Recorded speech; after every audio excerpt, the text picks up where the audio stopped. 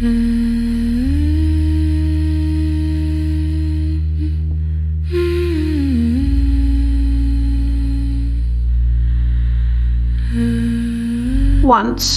authenticity was about direct experience.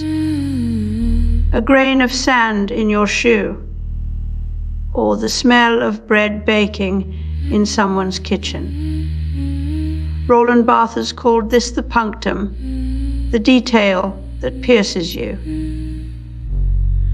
It wasn't just what you saw. It was how you felt seeing it.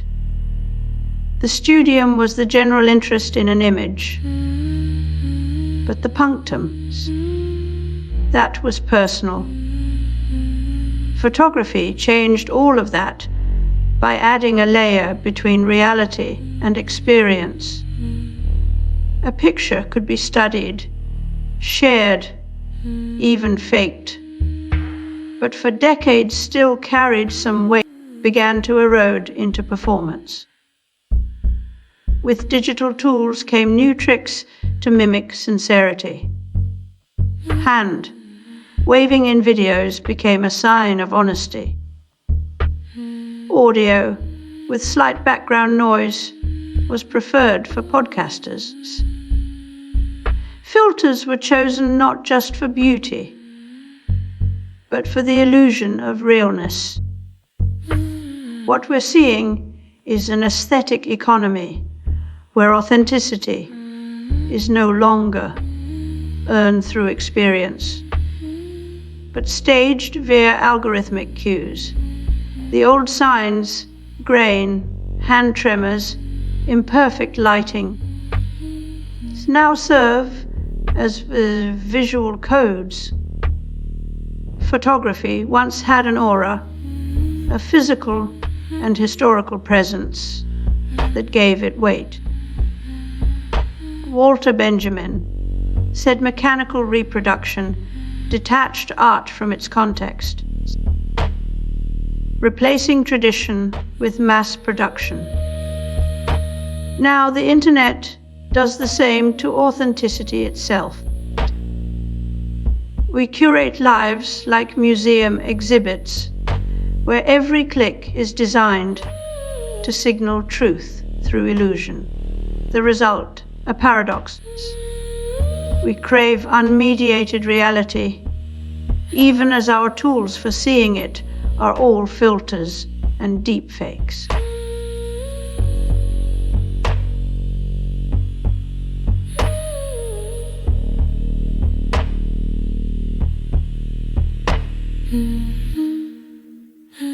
Early computer systems were mechanical in essence. Think relays, vacuum tubes, and punch cards. They operated on binary. To pass as human, AI systems are taught to stutter. They introduce delays in responses, random typos, and even vocal tremors to mimic imperfection. These humanizing algorithms exploit our psychological shortcuts. We trust people who feel real because they make mistakes like us. But it's all a carefully designed deception, engineered not for truth, but for legitimacy through appearance.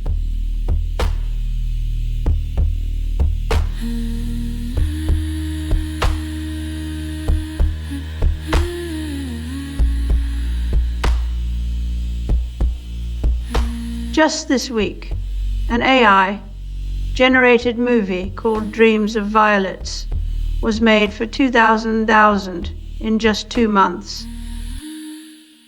A production process that would normally require teams and budgets. The film is eerie not because it's bad, but because it's too good at pretending to be human. It's another example of how authenticity has become less about the experience and more about the surface qualities we associate with realness. If you can fake the texture, you don't need the truth. Instagram filters don't just look old. They mimic the emotional truth we associate with Polaroids and film grain. Similarly, AI chatbots are given stuttering speech and typos, not because they're confused, but because we expect confusion from people. These aren't bugs. They're marketing features designed to make algorithms feel more familiar. The message is clear. To pass as human, machines must do more than function. They must perform.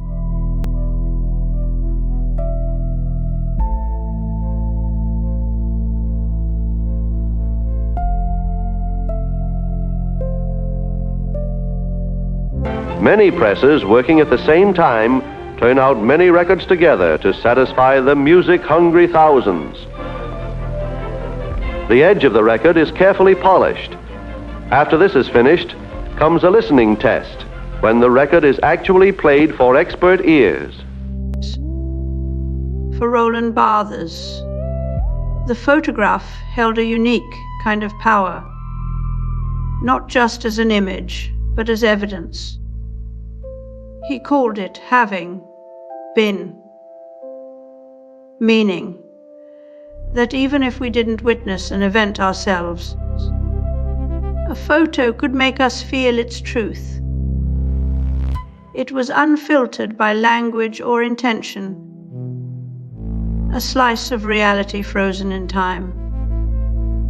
But what happens when the camera lies? When the here and now can be faked so convincingly it becomes indistinguishable from memory itself.